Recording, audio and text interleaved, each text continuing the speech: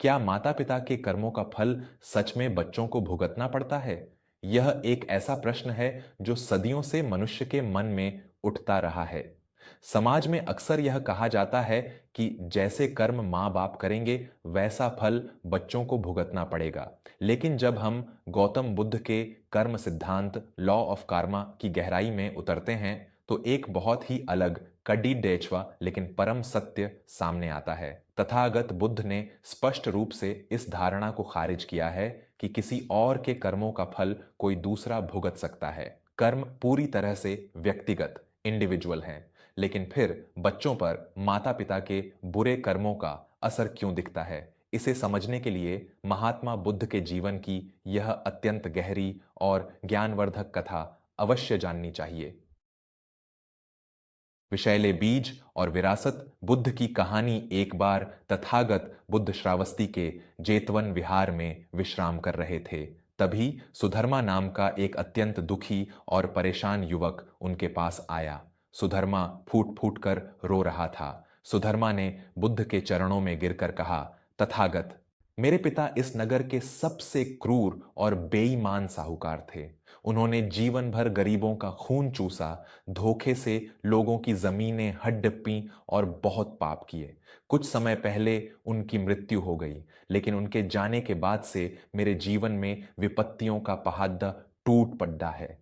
मेरा व्यापार नष्ट हो गया, मुझे एक भयंकर बीमारी ने घेर लिया है और समाज में कोई मुझे सम्मान नहीं देता। लोग कहते हैं कि मुझे मेरे पिता के पापों की सजा मिल रही है। क्या यह सच है बुद्ध? क्या पिता के कर्मों का फल पुत्र को भोगना ही पड़ जाता है? बुद्ध ने सुधर्मा को अत्यंत करुणा से देखा और उसे शांत करते हुए कहा, सुधर्मा, अज्ञानता मनुष्य को भ्रमित कर देती है। संसार का यह अटल नियम है कि कोई भी व्यक्ति किसी अन्य के कर्मों का फल नहीं भुगतता। पिता के कर्म पिता के साथ जाते हैं और पुत्र के कर्म पुत्र के साथ।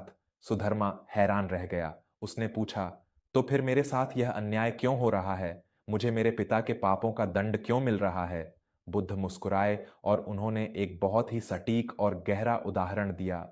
कल्पना करो सुधर्मा, यदि तुम्हारे पिता ने अपने जीवन काल में केवल बबूल और विषैले जहरीले पौधे बोए हों, तो क्या उन पेड़ों पर कभी मीठे आम लगेंगे? सुधर्मा ने उत्तर दिया, नहीं भंते, विषैले पेड़ पर तो विषैले फल ही आएंगे। बुद्ध ने गंभीर स्वर में कहा, यही तुम्हारे प्रश्न का उत्तर है। तुम अपने पिता के कर्मों का फल नहीं भुगत रहे हो, तुम उस वातावरण और परिस्थितियों का फल भुगत रहे हो जो तुम्हारे पिता ने अपने कर्मों से तुम्हारे लिए छोड़ दी हैं।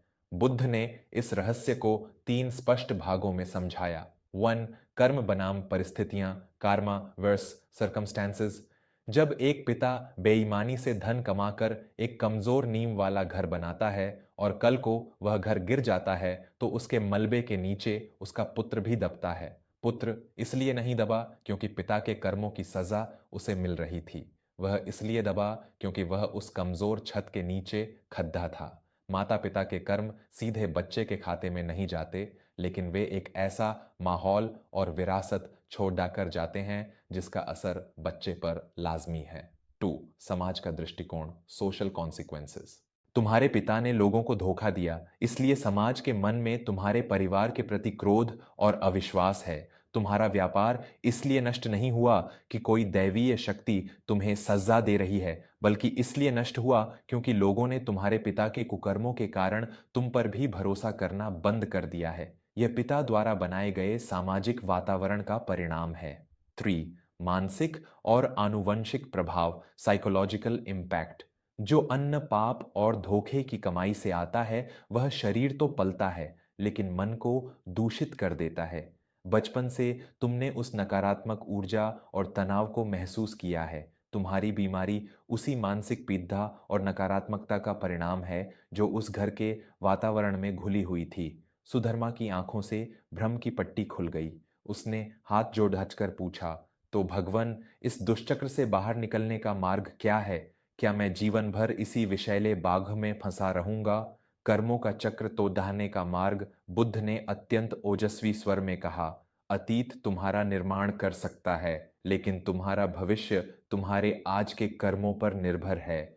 तुम उस विषैले बाग के मालिक नहीं हो, तुम केवल उसके वर्तमान निवासी हो। आज से ही इस जमीन पर सत्य, ईमानदारी और करुणा के नए बीज बोना शुरू कर दो। बुद्ध ने सुधर्मा को समझाया कि उसे अपने पिता की बेईमानी की कमाई को त्याग देना चाहिए और अपनी मेहनत और सच्चाई से नया जीवन शुरू करना चाहिए। सुधर्मा ने बुद्ध का यह उपदेश जीवन में उतार लिया।